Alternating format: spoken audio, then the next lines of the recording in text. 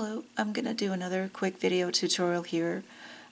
This time the theme is on how to fix your mistakes in colorwork knitting.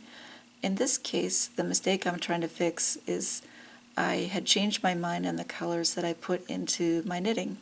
So I've got 7 rows of knitting that I would like to take out, and the problem with removing rows when you're knitting with 2 colors per row is that when you start pulling your yarn, it's very difficult to control how many rows you're removing at the same time. So whenever I do this, I seem to always get several rows below that come out. Some of the stitches in the rows below that I'm removing come out, and it's very difficult to just remove just one row of color, especially, well, it depends, sometimes it depends on the yarn that you're using, but with this yarn it's got some fuzz on it, and so there's a lot of friction with the yarn and the stitches, and so the safest bet is to just reinsert your needle on the row that you want to rip back to, which is what I've done here.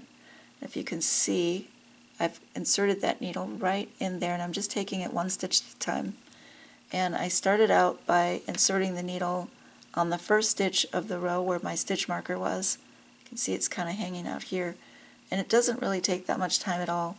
And that way, instead of discarding your entire project, you can just kind of rip back to where you want to pick up and redo your knitting. And I just wanted to show you, it just didn't look right to me with this blue color in here. I thought I might be able to get away with it because it was so close to the other gray tones, but now that I've seen it knitted out like this, which I would have seen if I had swatched, but I didn't do that, and so I can see that I'm going to be so much happier now when I pull it back there, just sticking with those gray tones and just limiting this color to really, really tiny sections. I just gave it way too much presence here with these colors. So anyways, kind of going from there back to here and then starting up again. So I'll finish off this video showing what it looks like after I reknit these rows and put this up on the internet. So thank you so much for watching. I really hope that this gives you the courage to not just rip back and start over all the way from the beginning. I used to do that a lot, and this is just a nice way to salvage what you've knit if you think you want to just go back to a certain point in your project.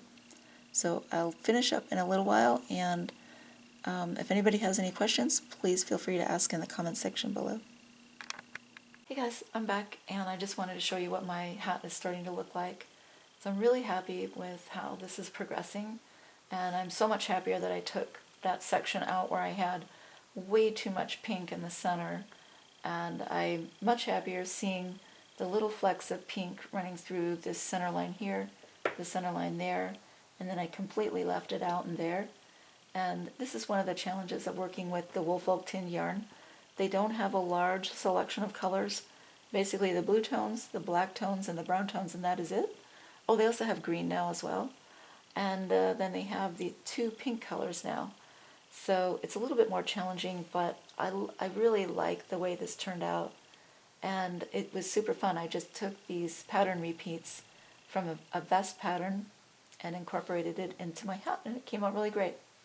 So the fun thing I'm going to challenge myself with on this project is to design my own crown, and that'll be my first crown design, and finish this off and be super happy with it. I have to say this yarn is my absolute favorite. I can't seem to find a yarn that I like that gives me as much pleasure and satisfaction with knitting as this yarn. It's just the challenge is how to work with a much more limited range of colors.